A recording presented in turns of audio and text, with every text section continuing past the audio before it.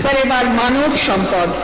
মানুষের কাছে সরকারি পরিষেবা আরো দ্রুততার সঙ্গে পৌঁছে দেওয়ার জন্য বিভিন্ন সরকারি দপ্তর এবং সরকার নিয়ন্ত্রিত সংস্থাগুলিতে সমস্ত খালি পদ পূরণ করার জন্য জরুরি ভিত্তিতে প্রয়োজনীয় ব্যবস্থা নেওয়া হবে। আমি আনন্দের সঙ্গে জানাচ্ছি যে যুবক যুবতীদের কর্মসংস্থানের জন্য বিভিন্ন সরকারি দপ্তর এবং সরকার নিয়ন্ত্রিত সংস্থাগুলিতে 5 লক্ষ চাকরির ব্যবস্থা করা হবে। 1,50,000-এরও বেশি civic volunteer, village police, sir 1,50,000-এরও বেশি civic volunteer, village police, green police ইত্যাদি আইন শৃঙ্খলা বজায় রাখতে পুলিশকে সাহায্য করতে গুরুত্বপূর্ণ ভূমিকা পালন করছে। আমি আনন্দের সঙ্গে জানাচ্ছি যে এদের মাসিক পারিশ্রমিক আরো 1,000 টাকা বৃদ্ধি করা হবে। রাজ্য পুলিশে এদের যুক্ত হওয়ার কোটাও 10% থেকে বাড়িয়ে 20% করার প্রস্তাব করছি।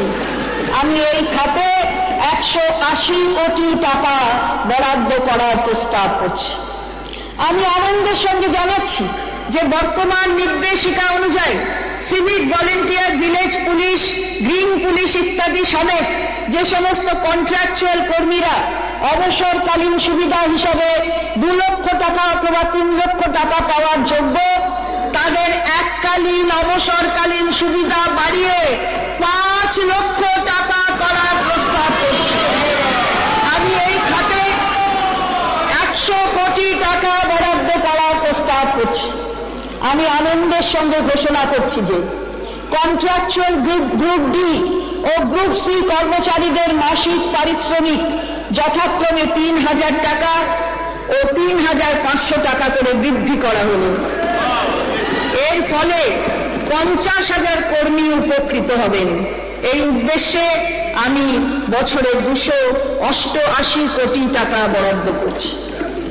আমি আনন্দের সঙ্গে ঘোষণা করছি যে 2020 সালে যে সমস্ত বিভিন্ন শ্রেণীর আইটি কর্মীকে সরকারি নিয়ন্ত্রণে আনা হয়েছে তাদের পারিশ্রমিকও ক্যাটেগরি অনুযায়ী বাড়ানো হলো। এর ফলে প্রায় 12,000 আইটি কর্মী উপকৃত হবেন, যার জন্য প্রতি বছর অতিরিক্ত ব্যয় হবে আনুমানিক 132 কোটি টাকা।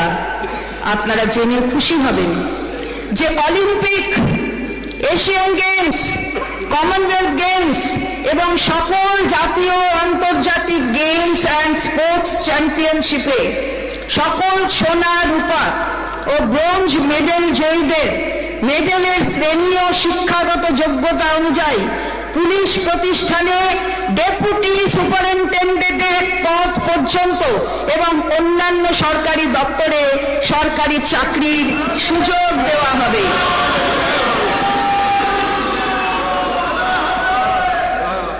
স্যার, আমরা জানুয়ারি মাসে 4% ডিএ দিয়েছি, যার জন্য রাজ্য সরকারের কর্মচারী, শিক্ষক, পেনশনার ইত্যাদিরা 10% ডিএ পাচ্ছেন।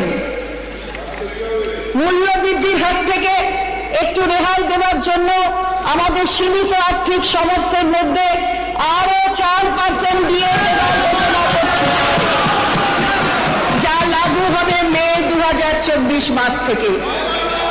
আশা করি আমাদের কর্মচারী বৃন্দ এই ঘোষণায় খুশি হবেন। মাননীয় অধ্যক্ষ মহোদয়, কর মকুবের ক্ষেত্রে আমি নিম্নলিখিত প্রস্তাবগুলি রাখছি। আমি আনন্দের সঙ্গে ঘোষণা করছি যে মোটর ভেহিকল অ্যাক্টে কর আদায় আরো সংহত করতে রেজিস্টার্ড গাড়ির ক্ষেত্রে কম হারে লাইফ টাইম ট্যাক্স ও ছোট প্যাসেঞ্জার গাড়ির ক্ষেত্রে অপেক্ষাকৃত কম হারে ট্যাক্স লাগু করার প্রস্তাব রাখছি।